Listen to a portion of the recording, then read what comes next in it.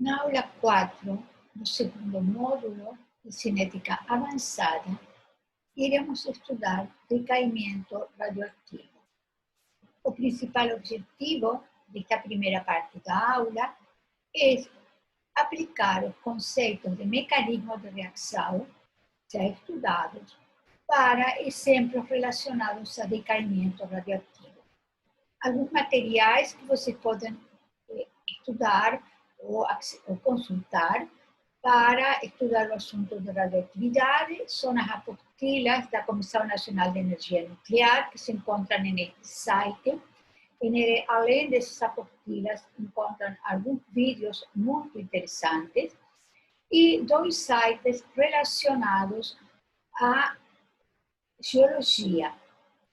Este site da USGS, que explica como se faz a datação geológica, explica as equações, e tem fotografias do equipamento utilizado, e este site brasileiro do Serviço Geológico do Brasil, também explicando como se faz para saber a idade das rochas. Para estudar este assunto, inicialmente vamos lembrar um assunto que vocês conhecem muito bem, que é o fato dos átomos do mesmo elemento químico poder ter massas diferentes e então tendo assim diferentes isótopos. Alguns núcleos são estáveis, mas outros têm um excesso de energia. Esses núcleos são instáveis, são radioativos, e esse excesso de energia pode ser liberado na forma de partículas, como radiação alfa ou beta, ou na forma de ondas eletromagnéticas, como radiação gama. Apenas para lembrar, quando um núcleo emite uma partícula alfa, seu número atômico diminui em 2 unidades e seu número de massa diminui em 4 unidades. Por exemplo, aqui temos o urânio 235, instável, e passa a tório 231 e emite uma partícula alfa. Vejam como seu número de massa diminui de 235 a 231, ou seja, 4 unidades, enquanto que seu número atômico diminui de 92 a 90, ou seja, 2 unidades. Já as partículas beta têm uma massa muito menor e acontece, em geral, uma emissão de uma partícula beta quando existe um núcleo com um excesso de nêutrons em relação aos prótons. Através da emissão de uma partícula negativa, então, um nêutron se transforma em um próton. Essa partícula negativa é chamada de partícula beta. Um exemplo seria este aqui, o tório 234, decaindo para actínio 234 mais uma partícula beta. Vejam então que o número de massa não foi modificado, se manteve, mas se alterou o número atômico, passando a uma unidade a mais. O actínio tem 90 prótons, o tório tem 89 prótons. E, finalmente, a radiação gama, como já falamos, é radiação eletromagnética que é emitida quando um átomo, geralmente após a emissão de uma partícula alfa ou beta, fica com um núcleo que ainda tem um excesso de energia. O decaimento radioativo segue as leis de um processo de primeira ordem, tal qual nós já estudamos nas reações químicas.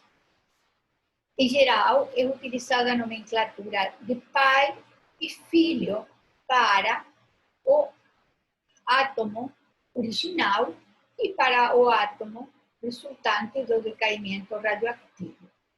O coeficiente de velocidade é, em geral, chamado de constante de decaimento ou constante de desintegração, é indicada com a letra lambda.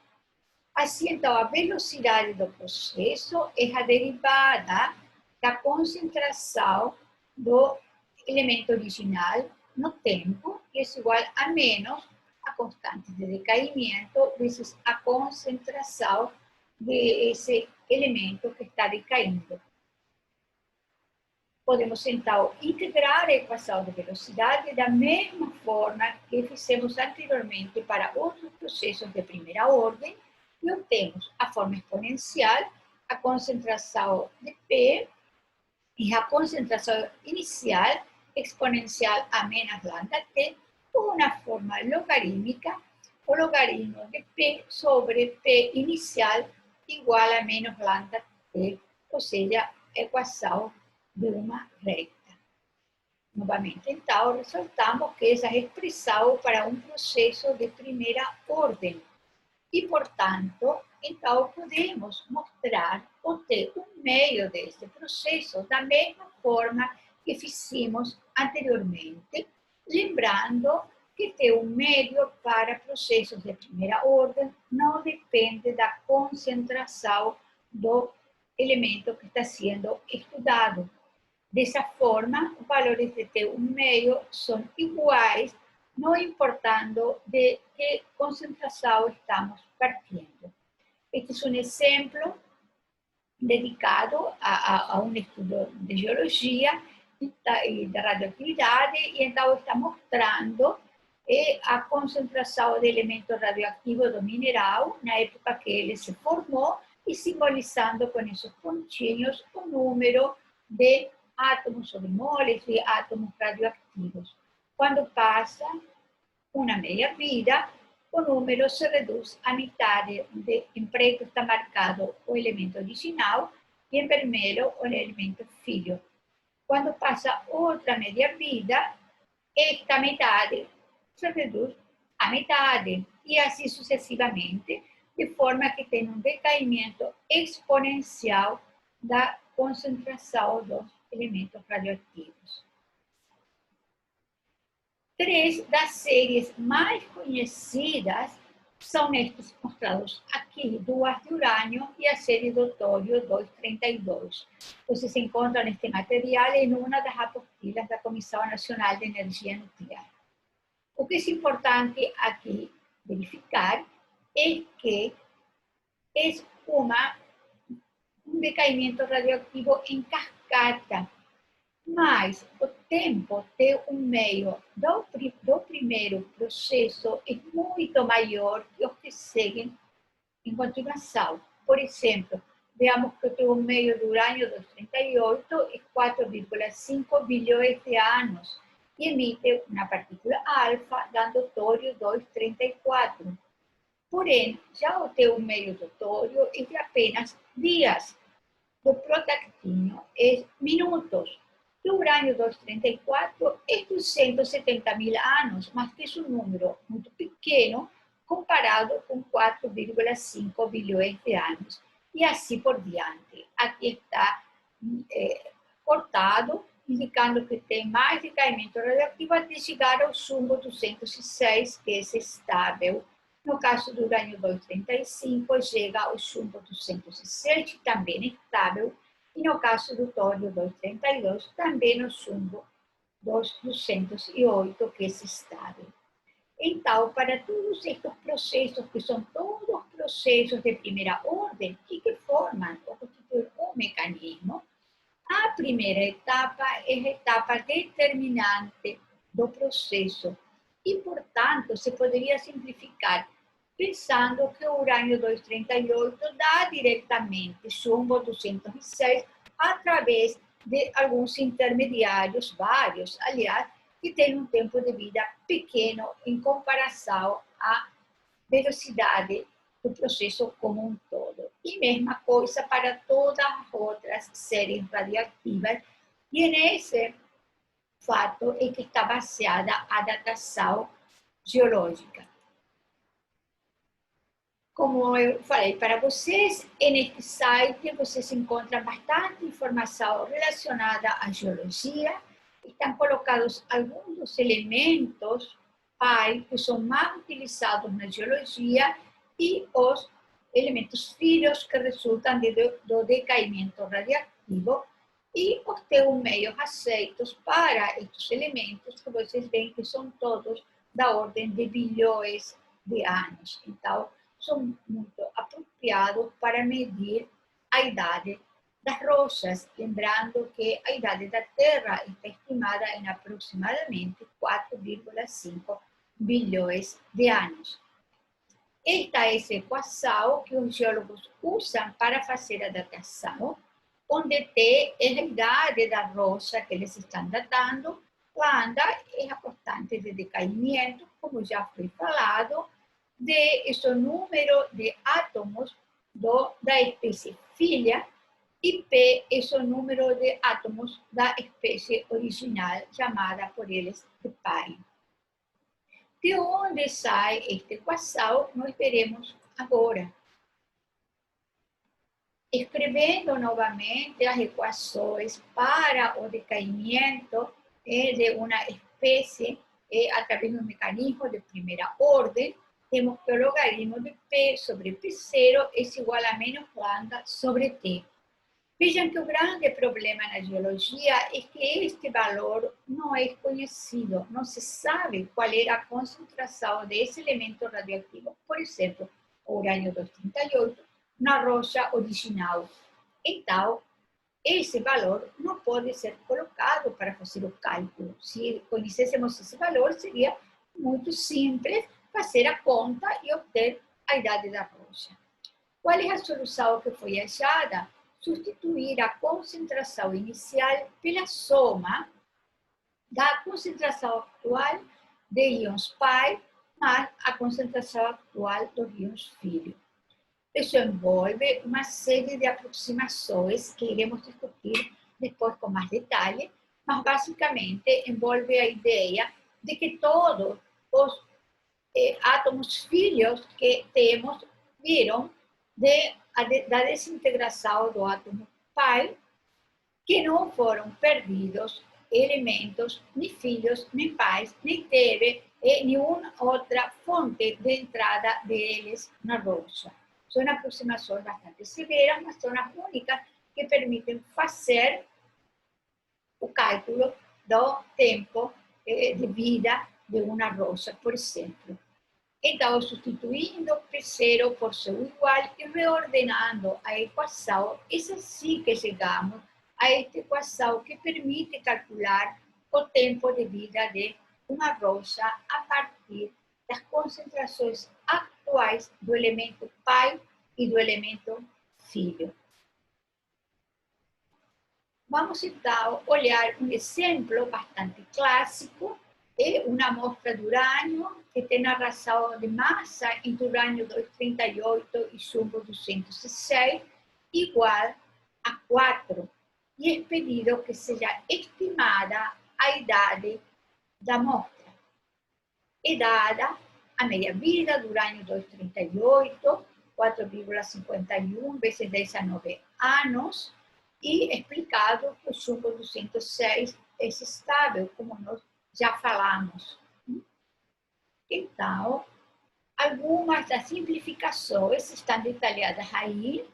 A idade do minério tem que ser suficientemente grande para que se desprezem as etapas intermediárias do decaimento. Então, se nós tivéssemos um minério que tem uma idade de 500.000 anos, não poderíamos utilizar, porque nós vimos que nesse decaimento tinha um meio da ordem de 200 a 300.000 anos. Que não houve perda de material radioativo, nem de chumbo, que era o elemento filho, e que durante todo esse processo de desintegração sucessiva que ocorreu com a amostra. E isso nos vai permitir dizer que o número de átomos iniciais de urânio 238 era igual ao número de átomos de urânio 238 atuais, mais o de chumbo 206. E, claro, pode haver alguns erros, por exemplo, perda por difusão de chumbo, contaminação com chumbo de outras origens, etc., que vai levar a um erro no cálculo. Outra Coisa que vocês têm que tomar muito cuidado é que na equação entra a relação de átomos de urânio e de chumbo, não a relação das massas. Em geral, os dados são dados como relação de massa, porque como, em geral, os geólogos fazem a determinação desses elementos nos minerais, né? Usando técnicas de ICP-OE, de ICP-massas, raio-x, que são todas técnicas que geralmente estão calibradas para dar as respostas em unidades de massa. Então, conhecendo isso, faremos a correção da relação de número de moles do átomo filho sobre o número de moles do átomo pai, não mais será 1 dividido 4, porque 1 dividido 4 é uma relação de massas, teremos que corrigir pelos números de massa de cada um dos átomos para poder agora sim ter a relação de número de moles ou número de átomos de um para outro. Tomando em consideração esse pequeno detalhe, é muito fácil fazer a conta e obter uma idade, que é uma idade muito grande, 1,66 vezes 10 a 9 anos, ou seja, idades compatíveis com a idade da Terra. Aqui temos outro exemplo, mostrando em que intervalo de tempos e concentrações é possível trabalhar. E está pedido que se calcule a relação entre o átomo pai e o átomo filho para minérios com idades de 4,51 vezes 10 a 9 anos, ou seja, 4,5 bilhões de anos, e minérios com 1 milhão de anos. Então, este número é exatamente T1,5. Então, claro, a relação vai ser 1. Se formou tanto chumbo quanto urânio está sobrando ainda, ou teve decaimento radioativo da metade do urânio original. Então, para minérios que têm em torno de 4 bilhões de anos, será muito confortável trabalhar, porque as concentrações de ambas as espécies serão muito parecidas.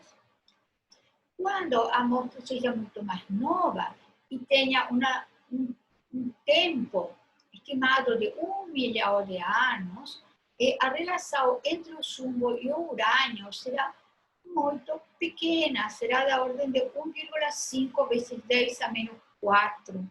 Então, realmente, estaríamos muito no limite no qual é possível aplicar o urânio para fazer a datação geológica. E isso é algo que vocês devem levar em consideração. Para cada elemento radioativo existe uma faixa de tempos de idade da amostra que é apropriada. Um caso diferente é o que está mostrado aqui, do rubídio e o estrôncio, porque o que tem em particular é que a emissão é uma partícula beta, e então não é necessário fazer a correção pelas massas atômicas, porque elas são praticamente iguais, de forma que é aceitável usar diretamente a relação de massas. Em todo o demais, o exercício é exatamente igual aos anteriores. Já um caso um pouquinho mais complicado é este que está sendo mostrado aqui, onde se está mostrando o decaimento de urânio 238 e o que está sendo medido é a quantidade de hélio ocluído no depósito. É claro que essa é uma medida muito complicada e que envolve o fato de pensar que cada partícula alfa a través de los eléctrons, se transformó en helio. Entonces teníamos 8 partículas alfa, dando 8 átomos de helio, y que ese helio ficou ocluído dentro da rocha ou do sedimento marinho e que não foi perdido, o qual, claro, não necessariamente será verdade. Então, fazendo essa suposição e ainda usando a equação dos gases ideais, podemos calcular o número de moles de helio, a través do volume de helio que foi medido, para uma temperatura de 273 graus centígrados e uma pressão de 1 atm, conseguimos calcular o número de moles de helio e então, dessa forma, poderemos fazer a estimativa do tempo de vida dessa rocha, através dessa aproximação bastante severa de considerar que não foi perdido helio. E, finalmente, outro caso bastante diferente é o caso de datação arqueológica pelo método de carbono 14. Aqui vocês têm um exemplo no qual explica que o teu meio do carbono 14 é da ordem de 5.720 anos, um tempo muito pequenininho comparado com os outros elementos que estávamos estudando. E é conhecida qual é a abundância natural do isótopo carbono 14. Aí está dado o valor, que é 1,1 vezes 10 a menos 13 mol% da matéria viva. Então, em uma escavação arqueológica, é possível medir o conteúdo do isótopo carbono 14 de uma dada amostra, de um dado objeto recolhido nessa escavação, em que está baseada a datação com carbono 14. Esse método, que foi desenvolvido por Libby, é um método muito utilizado em arqueologia. Permite datar materiais tão velhos como aproximadamente 50.000 anos e não mais novos que 500 anos, porque já o erro, a faixa de erro, fica muito grande e se o tempo é muito maior que 50.000 anos ou é menor que 500 anos, já que não é possível ler as concentrações adequadamente com os métodos atuais. O carbono 14 se forma continuamente na atmosfera pelo bombardeio de nitrogênio 14 com nêutrons, como está mostrado aqui. E esse carbono 14 difunde na atmosfera e é incorporado ao dióxido de carbono. O dióxido de carbono é consumido pelas plantas. Isso significa, então, que as plantas vão incorporar carbono 12 e carbono 14, ambos, certo? E que todos os seres vivos que fazem respiração ou que se alimentam das plantas irão incorporar carbono 14, que irá decair. Enquanto o ser esteja vivo, a relação carbono 14 e carbono 12 será uma constante, aproximadamente 1,1 vezes 10 a menos 12. No momento em que esse ser já não está mais vivo, no momento que morre, não se incorpora mais carbono 14 e esse carbono 14 começa a decair. Então, se nós, por exemplo, coletamos uma árvore morta, petrificada, iremos poder medir qual é a quantidade de carbono 14 que ela atualmente tem, que certamente será menor que a que tinha quando estava viva, e dessa forma, então, será possível saber a idade dessa árvore. A conta é muito simples, porque tendo o teu meio, é possível calcular o lambda, e como nós temos as duas concentrações, a atual e a original, é possível calcular o tempo de vida desse material. E, por exemplo, para os dados que foram fornecidos. Aqui, então, seria de 2,1 vezes 10 a 4 anos. Então, estes são alguns exercícios típicos para que vocês vejam como é que é feita de uma forma muito geral a datação na geologia e na arqueologia.